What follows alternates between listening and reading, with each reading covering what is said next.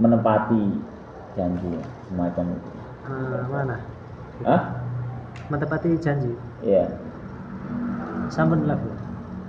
Ganti nang itu. Sampun wae. Baik, bismillahirrahmanirrahim. Alhamdulillah wassalatu wassalamu ala Rasulillah wa ala alihi wa ashabihi wa man wala wala haula wala quwata illa billah. Amma ba'd. Allahumma subhanaka la ilma lana Allahumma subhanaka la ilma lana illa ma 'allamtana innaka antal alimul hakim wa tub 'alaina innaka antat tawwabur rahim.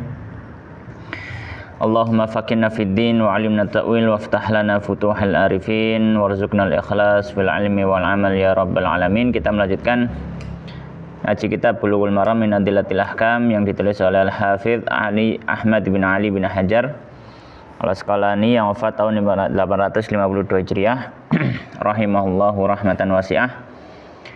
Dan kita sudah selesai membahas kitabus shaum atau kitabus siyam, pembahasan puasa. Kemudian di sini penulis melanjutkan pembahasan yang berikutnya atau bab yang berikutnya, yaitu pembahasan haji. Nah, rukun Islam yang kelima. Silakan dibaca. Kitab haji. Bab fadlihi, tentang kefarduannya, keutamaannya. Wa bayani, dan penjelasan man furida alaihi, siapa yang diwajibkan atasnya. An Abi Hurairah radhiyallahu ta'ala anhu, dari Abu Hurairah radhiyallahu ta'ala anhu, anna Rasulullah sallallahu alaihi wasallam qala, dia bersabda, al umratu umrah ilal umrati ke umrah lainnya, kafaratun kafarah lima bainahuma, untuk penghapus antara keduanya. Wal hajju, dan haji al mabruru, yang mabrur, laisa lahu jazaun, tidak ada balasan baginya illa kecuali al jannata, surga. Muttafaqun alaih, Bukhari Muslim. Baik. Bismillahirrahmanirrahim. Qala al-musannifu rahimahullahu taala wa nafa'ana bi ilmi fid dunya wal akhirah wa dakhalahu fasiha jannatihi wa taghammadahu bi rahmatihi. Allahumma amin. Kitabul Haji. Maka di sini beliau mulai masuk pembahasan al-hajj, ya, pembahasan haji. Dan haji atau al-hajj, ya, secara bahasa hajja yahujju, secara bahasa itu adalah al-qasd, menuju. Ya. Jadi menuju itu bahasa Arabnya al-hajj, ya. Jadi al-hajj, ya, secara bahasa adalah al-qasd. Kalau secara istilah fikih, haji maknanya apa? Ya, dia adalah menuju, ya, menuju area Mekah untuk melaksanakan manasik tertentu.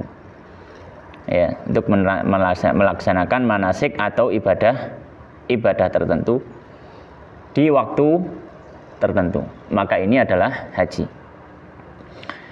Dan haji merupakan rukun Islam yang kelima, dan dia adalah sebuah kewajiban yang mana orang yang mengingkari kewajiban haji dihukumi murtad.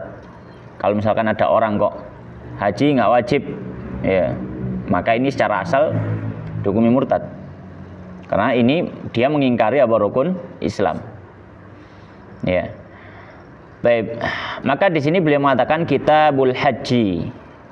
Ya, kitabul haji. Kenapa beliau nggak nambahi kitabul haji wal umrati?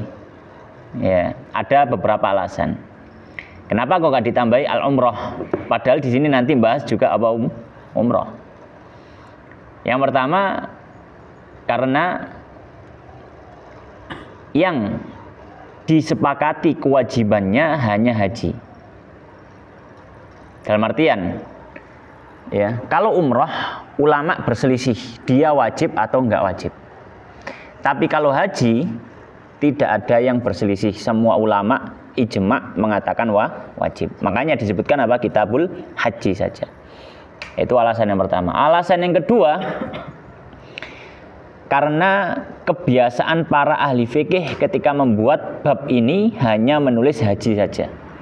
Berarti karena kebiasaan apa, ahli fikih, ketika membuat bab ini hanya menulis haji saja, umrahnya nggak disebutkan. Ya, karena mengikuti apa, penulisan para ulama fikih. Maka dalam Kitabul Hajj beliau membuat beberapa bab. Ya. Beliau membuat beberapa bab. Di sini beliau membuat bab sebagai mukaddimahnya gitu ya, sebagai mukaddimah. Beliau mengatakan babu fadlihi. Bab keutamaan haji. Bab keutamaan haji. Wa bayani man furidho alaihi, dan penjelasan orang yang diwajibkan haji tadi, maf'ul bih ya, apa namanya, naibul fa'ilnya haj, alaihi, atas orang itu, yaitu penjelasan orang siapa yang wajib haji.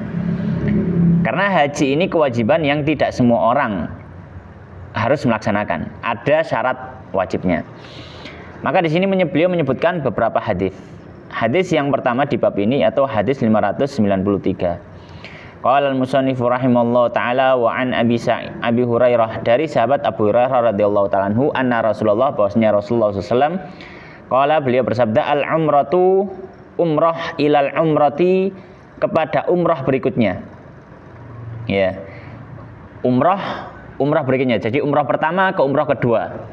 Umrah kedua ke umrah ketiga. Nah, itu maksudnya. Al-umratu ilal umrati, umrah ke umrah berikutnya, kafaratun, menjadi penghapus dosa. Ya. 5, terhadap apa-apa yang ada bainahuma, antara dua umrah itu, antara dua umrah tersebut. Wal hajjul mabrur, dan haji yang mabrur. Ya, dan haji al-mabrur, ya, apa yang disebut dengan mabrur? Mabrur itu adalah haji. Di sini saya sebutkan al-hajjul mabrur alladzi la yukhalituhu syai'un minal itsmi. Haji yang mabrur itu maksudnya adalah haji yang dalam prakteknya tidak melakukan dosa sama sekali. Haji mabrur. Dalam praktek pelaksanaan haji, dia tidak melakukan pelanggaran-pelanggaran, tidak melakukan dosa-dosa. Ini haji yang mabrur. Maka kata Nabi SAW, haji yang mabrur laisa lahu jazaun, tidak ada lahu baginya jazaun, balasan, illal jannata, kecuali surga. Berarti wong nek haji niku haji mabrur, balasannya adalah surga. Muttafaqun alaih, hadis riwayat Bukhari Muslim. Maka hadis ini memberikan beberapa pelajaran. Pelajaran yang pertama, bagi orang yang mampu dianjurkan untuk memperbanyak umrah. Bagi orang yang mampu dianjurkan untuk memperbanyak apa? Umrah. Karena Nabi mengatakan apa? Al-umratu ilal umrah. Umrah satu ke umrah berikutnya. Ini menunjukkan, nah berarti kalau misalkan semakin memperbanyak, maka ya semakin ada kafarah yang lebih banyak. Ya, maka para ulama juga mengatakan ini termasuk hal yang bagus, termasuk hal yang dianjurkan, memperbanyak umrah ini bagi yang mampu. Pelajaran yang kedua,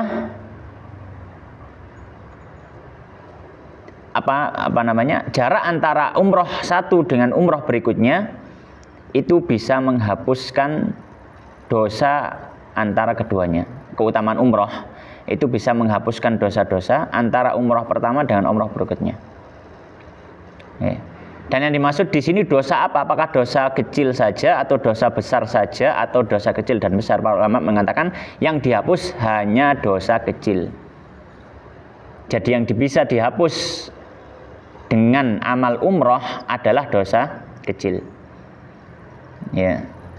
Dan ini berlaku untuk semua amal ibadah yang memiliki keutamaan bisa menghapus dosa. Ya, kenapa? Karena Nabi SAW misalkan dalam satu hadis beliau menyampaikan apa? As-salawatul khams wal jum'atu lil jum'ah wa ramadhan ila ramadhan mukaffiratul lima bainahunna idza ujtunibat al-kabair. Bahwasanya salat 5 waktu, kemudian Jumat ke Jumat berikutnya, Ramadan ke Ramadan berikutnya bisa menghapuskan dosa. Hanya sekedar mengamalkan saja bisa menghapuskan dosa. Tapi dengan syarat idza ujtunibat al-kabair, kalau dijauhi dosa-dosa besar. Dalam artian kalau dosa besar tidak mampu dihapus hanya sekedar amal, tapi harus apa? Tobat. Baik, pelajaran ketiga, keutamaan haji yang mabrur akan mendapatkan jaminan surga. Keutamaan haji mabrur akan mendapatkan jaminan surga. Baik. Kemudian pelajaran yang keempat, hendaknya dalam pelaksanaan haji dan umroh dilaksanakan dengan sebaik mungkin. Upayakan tidak ada dosa yang dilakukan. Upayakan tidak ada dosa yang dilakukan. Ya. Nah, jadi kalau bisa dijauhi hal-hal yang sifatnya, bahkan kalau misalkan apa? Kalau misalkan namanya sebagian masyayikh itu mengkritik kalau ada orang yang tawaf sambil megangin HP. Jadi sambil selfie tawaf, dongo, di syuting. Ada waktu-waktu kita untuk apa? Berduaan dengan Allah Subhanahu wa taala. Ada waktu-waktu kita melupakan kesibukan duniawi. Ada waktu-waktu yang hendaknya kita itu fokus hanya kita dengan Allah. Tidak ada urusan-urusan dunia. Ya, semua perangkat dalam urusan dunia ditinggalkan. Ada waktunya untuk itu. Maka termasuk yang tidak bagus adalah ketika misalkan kita pas tawaf. Tawaf itu kan seperti orang sholat. Ya. At-tawafu bil baiti mithlu sholat dalam satu riwayat. Tawaf di Ka'bah itu seperti sholat. Ya, bayangkan kalau kita sholat terus sampai apa? Disyuting kan kayak gak enak gitu ya bagi orang yang merasa sudah biasa apa bertahanus gitu ya, berduaan dengan Allah, kemudian sholat, kemudian kita kok sambil nyuting atau apa. Ya kalau misalkan untuk urusan lainnya nggak masalah ya, tapi kalau masalah sholat nggak pantas sekali gitu. Malah tawaf ya, tawaf mungkin ketika masuk Ka'bah mungkin difoto sebentar, sekali sudah difoto sudah selesai, nggak masalah. Tapi pas tawaf keliling sambil dia mengatakan labbaik Allahumma labbaik, kemudian sampai di ngevlog tawaf ya, nggak pantas. Kurang pantas. Kalau kita apa sembayang tapi apa ambek nyekel tongsis. Allahu Akbar. Kan kayak gak pantes nang gone ngarepe pangeran kan gitu. Maka ini hendaknya diperhatikan dalam masalah apa? Haji. Sediakan waktu hanya untuk kita dan Allah saja. Baik. Terus berikutnya. Wa Aisyah radhiyallahu taala anha, dari Bunda Aisyah radhiyallahu taala anha, qalat, dia mengatakan, "Qultu aku berkata, ya Rasulullah, alam nisa'i jihadun, apakah untuk wanita itu ada jihad? Qala, beliau bersabda, na'am ya, alaihinna, atas mereka jihadun la qital, ada jihad yang tanpa menufi dalam haji wal umratu dan umrah. Rawahu Ahmad, hadis riwayat Ahmad, wa Ibnu Majah dan Ibnu Majah, wa lafdhu lahu, dan lafaz induknya, wa isnaduhu sahihun, dan sanadnya sahih, wa asluhu fi sahih, pada sanad dalam sahih. Saya minta tolong Fadil uripno kipas iki ya. Kok rodok kaen. Siji ae tak loro. Baik, hadis yang berikutnya 594. Qala wa an Aisyah, dari Sayyidah Aisyah radhiyallahu taala anha, qalat, beliau mengatakan, qultu, aku mengatakan, ya Rasulullah, wa Rasulullah, alan nisa'i jihadun, maksudnya ala gitu. Kata tanyanya dihapus. Aslinya kan hal ala gitu atau ala. Tapi kata tanyanya dihapus. Ya Rasulullah, apakah wajib atau ada atas wanita itu sebuah jihad? Qala na'am, iya. Ya, iya. Alaihinna, wajib atasnya jihadun, jihad la qitala, yang tidak ada perang fihi, di dalamnya. Jadi jihad tapi bukan perang. Apa itu? Al hajju wal umratu, haji dan umrah. Ya, haji dan umrah. Rawahu Ahmad, hadis riwayat Ahmad, wa Ibnu Majah, dan Ibnu Majah, wal lafdhu lahu, dan lafaz ini miliknya Ibnu Majah, wa isnaduhu, dan sanadnya sahihun, sahih. Wa asluhu, dan asalnya fi sahih, dalam kitab sahih. Baik. Maka di sini Sayyidah Aisyah bertanya kepada Nabi, apakah wanita itu ada kewajiban jihad seperti laki-laki? Ya, laki-laki kan wajib jihad kalau misalkan diminta oleh pemimpin untuk berjihad, ya jihad, ya wajib kewajiban. Baik, nah maka itu untuk laki-laki. Kalau perempuan apakah ada jihad? Maka Nabi mengatakan iya, tapi jihadnya perempuan bentuknya apa? Haji dan umroh. Maka ini senilai dengan jihadnya perempuan. Dan kita sudah pernah menyinggung kalau dalam bahasa Arab, kalau kata ala atau dalam istilah fikih ya, ala ini biasanya dampaknya apa? Wajib. Maka di sini memberikan pelajaran. Ya. Apa pelajarannya? Pelajaran yang pertama. Ya, pelajaran yang pertama. Hadis ini menjadi dalil kewajiban haji juga berlaku untuk perempuan. Kewajiban haji juga berlaku untuk perempuan. Jadi bukan hanya apa? Laki-laki. Demikian juga kewajiban umroh. Demikian juga kewajiban umroh. Ya. Berarti wanita juga wajib haji, juga wajib apa? Umroh. Tapi untuk yang umroh, bagi yang memandang umroh itu wajib. Bagi yang memandang umroh itu wajib. Karena setelah hadis ini, hadis nomor 3, nanti kita akan melihat di situ ada khilaf para ulama tentang hukum umroh. Dia wajib atau sunnah. Tapi yang pendapat yang terpilih dalam hal ini umroh itu wajib juga. Sekali seumur hidup. Sama seperti haji. Haji juga wajib sekali seumur hidup. Maka ini berlaku baik untuk laki-laki dan juga perempuan. Karena Nabi di sini mengatakan kepada Sayyidah Aisyah yang konteksnya perempuan. Kata Nabi SAW, alaihinna, wajib atas mereka. Hunna, ya perempuan. Apa? Haji dan umroh. Ya, maka kewajiban haji dan umroh berlaku juga untuk perempuan. Baik, hadis berikutnya. Wan Jabir bin Abdullah dari Jabir bin Abdullah radhiyallahu ta'ala anhu qala beliau berkata atan nabiyyan mendatangi Nabi sallallahu alaihi wasallam seorang Arab Badui. Faqala, kemudian dia mengatakan seorang Arab, kemudian dia mengatakan, ya Rasulullah, wahai Rasulullah, akhbirni, beritakan padaku anil umrati tentang umrah, awajibatun hiya, apakah umrah itu wajib? Faqala, maka beliau bersabda, la, tidak. Wa anta tamirani, jika melakukan tak tamirani. Wa anta tamira, dan hendaknya engkau umroh. Umroh gitu. Ya, dan sekiranya engkau umroh gitu. Wa anta tamira, dan sekiranya engkau umroh, khairun lak, maka itu lebih baik bagi engkau untukmu. Rawahu Ahmad, hadis riwayat Ahmad, wa Tirmidzi dan Tirmidzi, wa rajihu waqfu, dan dikuatkan kaul mauqufannya, wa akhrajahu Ibnu Adiyin, dan mengeluarkannya Ibnu Adi min wajhin akhar, dalam bentuk yang lain, dhaif secara dhaif. Iya. An Jabir, dari Jabir radhiyallahu ta'ala anhu marfu'an, secara marfu', al-hajju wal umratu, haji dan umrah fardhatan, keduanya wajib. Baik. Hadis berikutnya 595, qala wa an Jabir ibni Abdullah, dari sahabat Jabir bin Abdullah radhiyallahu taala anhuma. Qala, beliau mengatakan, baru melok iki ta ngiring mai teh. Mboten semerang. Enggak ngerti ya. Cek dulur sih iku. Nggih, tahu nggih, cedek lah. Mboten dulur tapi dulur. Wa an Jabir bin Abdullah, dari Jabir bin Abdullah radhiyallahu taala anhuma, qala, beliau mengatakan, atan Nabi, mendatangi Nabi sallallahu alaihi wasallam, A'rabiyun, seorang Arab Badui. Faqala, lalu dia berkata, ya Rasulullah, ya Rasulullah, akhbirni, beritahu saya, anil umrati, tentang umrah. Awajibatun afan. Hiya, apakah dia itu wajib? Takdirnya adalah ahya wajibatun, itu.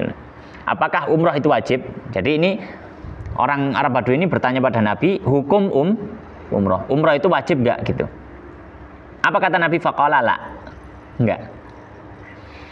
Wa anta tamira, dan sekiranya engkau umrah, khairun, itu lebih bagus, lebih baik, laka, untukmu.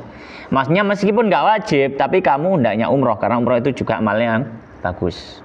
Rawahu Ahmad wa Tirmidzi, hadis riwayat Ahmad dan Tirmidzi, warajihu waqfuhu, dan yang rajih hadis ini mauquf. Berarti ini bukan dari Nabi tapi dari sahabat Jabir. Wa akhrajahu Ibnu Adiyin min wajhin akhar. Dan hadis ini juga dikeluarkan oleh Ibnu Adi. Dikeluarkan oleh Ibnu Adi dalam kitabnya min wajhin akhar, dari sisi yang lain, dari sanad yang lain. Dhaifin, tapi ini juga dhaif. Jadi hadisnya apa? Dhaif. Wa an Jabir, dan riwayat yang lain, wa an Jabir, dari sahabat Jabir juga, ya, radhiyallahu taala anhu, marfu'an, secara marfu'. Beliau mengatakan apa? Al hajju wal umratu faridatan. Jadi sahabat yang sama meriwayatkan dua hadis yang sama-sama bertentangan. Lafaznya bertentangan. Kalau hadis yang sebelumnya itu dari sahabat Jabir menjelaskan umrah tidak wajib. Tapi riwayat yang lain sahabat Jabir juga meriwayatkan hadis, haji dan umrah itu sama-sama wajib. Maka beliau mengatakan al-hajju wal umratu, haji dan umrah fardhatani, dua-duanya hukumnya fardu. Maka hadis ini memberikan sebuah masalah kepada kita. Apa masalahnya? Masalahnya adalah apa hukumnya umroh? Apa hukumnya umroh? Maka hukum umroh ada khilaf, ada dua pendapat. Pendapat yang pertama mengatakan umroh itu hukumnya sunnah bukan wajib. Ini pendapat pertama. Umroh hukumnya sunnah dan bukan wajib. Ya. Dan ini pendapatnya Imam Abu Hanifah dan Imam Malik. Ya, rahimahumullah. Keduanya berpendapat umrah itu apa? Sunnah. Mereka berdalil, diantara dalilnya alasannya adalah hadis Jabir tadi. Hadis Jabir yang lafadz yang pertama, yang atas.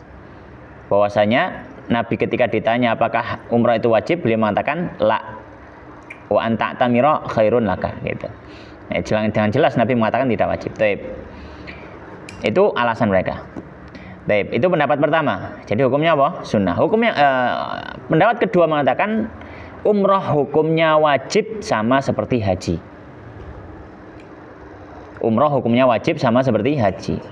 Dan ini pendapatnya Imam Syafi'i dan juga Imam Ahmad.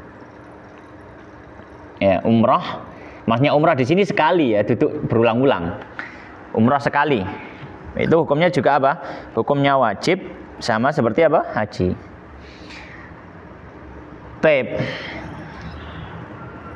Landasannya apa? Landasan mereka diantaranya hadis yang bawahnya tadi, al-hajj wal umrah fardhatan. Tapi itu bukan landasan utama. Landasan utama pendapat kedua ini adalah firman Allah Subhanahu wa taala, ayat. Apa ayatnya? Allah Subhanahu wa taala menyampaikan wa atimul hajja wal umrata lillah. Dan sempurnakanlah haji dan umrah itu karena Allah. Ya. Maka dalilnya itu wa atimmu al hajja wal umrata. Ini fi'il amr. Sempurnakanlah haji dan umrah lillah karena Allah. Ya. Maka di sini ketika digandengkan umrah dengan haji, maka di situ hukumnya juga disamakan. Dikuatkan dengan riwayat dari Jabir tadi. Tapi bagaimana menjawab hadis yang atas itu? Bagaimana menjawab hadis yang atas?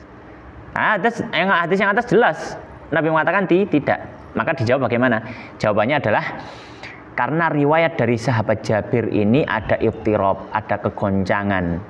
Karena sahabat Jabir selain meriwayatkan umrah itu enggak wajib, beliau juga meriwayatkan umrah itu wajib.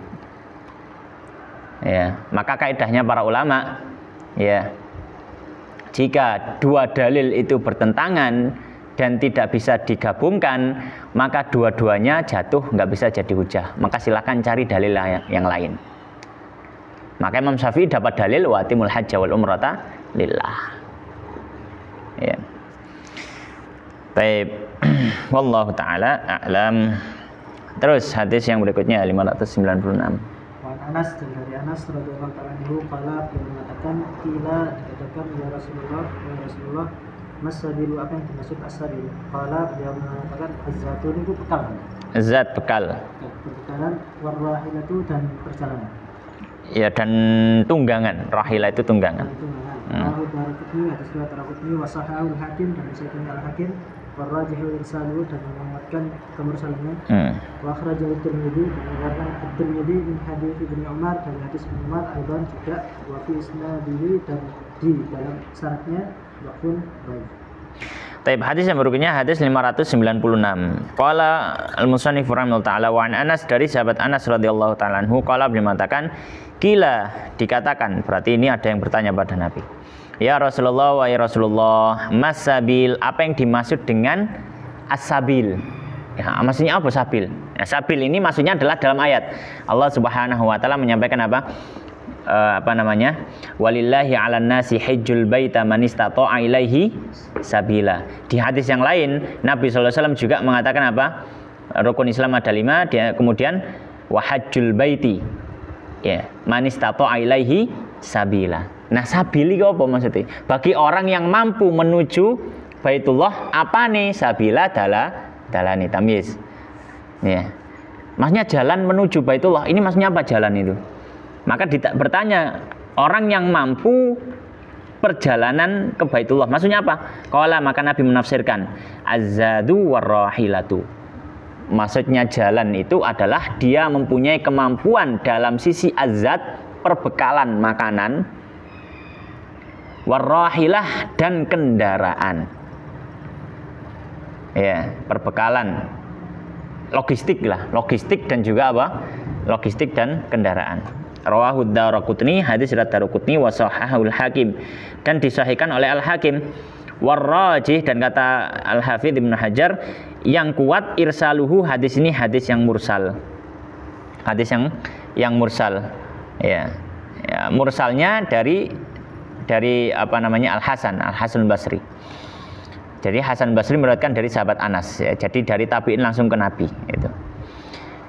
Wa akhrajahu Tirmidzi, tapi juga diriwayatkan Imam Tirmidzi min hadits Ibnu Umar aidan, dari hadisnya Ibnu Umar juga. Wa fi isnadihi dha'fun, tapi dalam syaratnya ada kedhaifan. Meskipun hadisnya ini dhaif, mursalnya juga mursalnya sahabat Hasan Basri, dan hadisnya Tirmidzi juga didhaifkan, tapi ini juga termasuk hadis yang bisa diamalkan meskipun dhaif. Karena nggak semua hadis dhaif kemudian nggak bisa diamalkan, nggak diamalkan. Tapi maka hadis ini memberikan pelajaran. Apa pelajaran? Di antara syarat wajibnya haji adalah kemampuan finansial, ya. Kemampuan finansial. Finansial itu sangu, ya, sangu. Apa sangu itu ya? Sangu lah. Kemampuan finansial, ya, untuk berangkat menuju Mekah. Maka finansial nanti peruntukannya baik untuk makanan, konsumsi, ataupun untuk kendaraan. Ini syarat wajib. Maka orang yang tidak mempunyai uang yang cukup untuk makannya, untuk konsumsinya pergi ke sana, atau tidak punya uang yang cukup untuk membayar kendaraan pergi ke Mekah, tidak wajib haji. Ya, tidak wajib apa? Haji. Baik. Maka ini disebut dengan zat dan juga rahilah. Maka ini termasuk apa? Syarat wajib, ya. Syarat wajib. Baik, berikutnya. Ibnu Abbas, dan dari Ibnu Abbas radhiyallahu ta'ala anhu, anna Nabi bersama Nabi sallallahu alaihi wasallam laqiya Rokban ini berjumpa dengan kabilah. Iya. Di Rauha. Rokban apa? Napa? Kok artinya apa, Mang? Kabilah. Bukan. Ini apa namanya? Rombongan, ya, rombongan. Datang. Rombongan ini bukan rombongan pejalan, ya, rombongan musafir. Lagi berjumpa Rokban dengan rombongan musafir di Rauha, Faqala, kemudian berkata, "Man qauma, siapa kaum ini?" Qalu, mereka mengatakan al-muslimuna, ya, mereka orang-orang muslim. Faqalu, kemudian mengatakan, "Man anta, siapakah engkau?" Faqala, kemudian beliau kemudian mengatakan, Rasulullah. Farafa'at ilaihi, kemudian mengangkat kepadanya imratun, seorang perempuan, Sabian, seorang anak. Lalu kena kipas tadi itu. Sabian, seorang anak. Faqalat, kemudian perempuan itu mengatakan, alihada hajjun, apakah ada haji untuk anak ini? Qala, mengatakan, na'am, ya, walaki ajrun, dan bagimu pahalanya. Rawahu Muslim. Baik, hadis berikutnya. Qala, hadis 597. Qala wa an Ibnu Abbasin, dari sahabat Ibnu Abbas radhiyallahu taala anhuma, anna Nabi, bahwasanya Nabi sallallahu alaihi wasallam laqiya, menjumpai Rokban, sekumpulan musafir. Ya, Rokban itu sekumpulan apa? Musafir. Dalam artian orang yang sedang melakukan perjalanan, ada sekelompok itu. Bi Rauha, di daerah Rauha. Rauha nama daerah, ya, Rauha nama daerah yang dekat dengan Madinah. Nah, ini dalam perjalanan, ya, mau menuju Mekah. Faqala, maka Nabi mengatakan, manil qaum, siapa kaum ini, atau maksudnya gampangnya kalian itu siapa, dari mana gitu loh, ditanyai Nabi. Qalu, mereka mengatakan, al muslimun, kami orang-orang Islam. Faqalu, maka orang-orang tadi mengatakan, man anta. Jenengan siapa gitu. Qala Rasulullah, ya, aku nabimu gitu. Subhanallah. Gak kenal Nabi ini Dewi ya. Iya, belum ada foto. Belum ada foto. Belum ada media sosial. Jadi kaum muslimin nggak kenal siapa Nabi SAW. Mungkin ya karena memang mereka masuk Islam karena sebab wasilah para dai dari kalangan sahabat, dan mereka belum pernah datang ke Madinah untuk apa berjumpa Nabi SAW. Ya. Dan ini menunjukkan apa? Menunjukkan tawaduknya Nabi SAW. Bayangkan seorang Nabi yang mulia, kudunya yang ketok ngejreng di antara sing lain kan gitu. Bayangkan, misalkan gampangnya segini lah, Yai Gus, misalkan. Mobilnya biasanya berangkat sedan, moro-moro ana Alphard. Mulai sedan, wis kira-kira nang di Gus nang Alphard, nggak mungkin Gus nang sedan. Kiai ini nggak mungkin nang sedan, ya mungkin. Tapi Nabi SAW sama, nggak ada beda dengan sahabat yang lain. Ya, bahkan ada juga dalam satu riwayat juga ada seorang yang datang ke Madinah kemudian mencari Nabi. Kemudian apa? Mencari Nabi SAW, dan dia nggak tahu Muhammad itu yang mana. Maka bertanya, di mana, siapa yang namanya Muhammad? Ya, saya pengen ketemu Muhammad. Ya, maka kemudian ada seorang sahabat yang menunjukkan itu Rasulullah. Gitu. Itu menunjukkan apa? Nabi itu nggak ada bedanya. Penampilan sama, dalam rombongan juga sama gitu. Nggak ada perbedaan. Bahkan sampai nggak dikenali umatnya ketika beliau masih hidup ini. Bukan beliau sudah meninggal, beliau masih hidup. Nggak dikenali umatnya. Gimana tawaduknya Nabi SAW. Farafa'at ilahi, lalu mengangkat ilahi kepadanya, kepada Nabi, imra'atun, seorang perempuan, sobiyan, anak kecil, maf'ul bihnya. Jadi kemudian tiba-tiba ada perempuan ngangkat bayi, bukan bayi sih, anak gitulah, anak kecil. Sobiyan itu anak kecil yang belum balik. Anak kecil belum balik, ya mungkin umur 4 tahun, 5 tahun gitulah, belum balik. Anak kecil belum balik, digendong, diangkat, ditunjukkan Nabi. Faqalat, lalu perempuan tadi mengatakan, alihadha hajjun, apakah anak ini sudah bisa haji? Ya, 2 tahun haji gitu. Qala, maka Nabi mengatakan apa? Naam. Iya, anak ini sudah bisa haji. Walaki ajrun, dan kamu mendapatkan pahalanya. Mendapatkan apa? Pahala. Soalnya sing noto-noto arek iku mang apa? Anak kecil tadi. Ya ibunya kan. Kalau tawaf siapa yang ngajak muter, ya kan? Ya ibunya. Ya.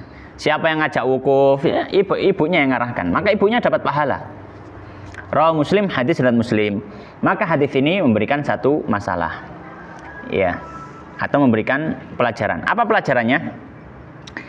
Hajinya anak yang belum balik,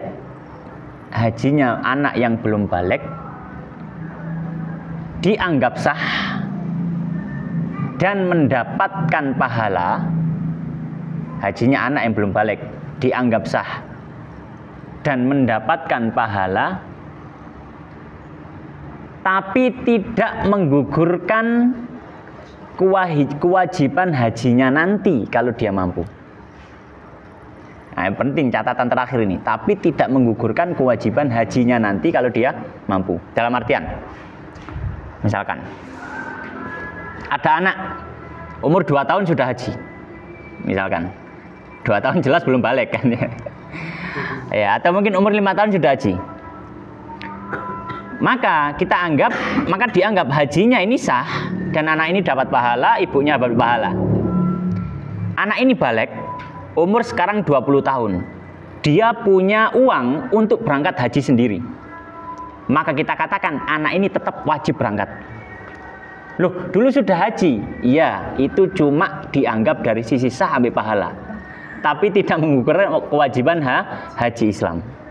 Tetap kudu berangkat. Ya, tetap kudu berangkat. Ya. Kenapa? Karena syarat supaya rukun Islamnya itu gugur, rukun haji, ya, rukun haji. Hajinya itu gugur dari rukun itu. Syaratnya dikerjakan ketika anak itu sudah balik. Ketika anak itu sudah balik. Makanya di sini kita sampaikan seperti itu. Dan ini dilandasi dengan satu hadis.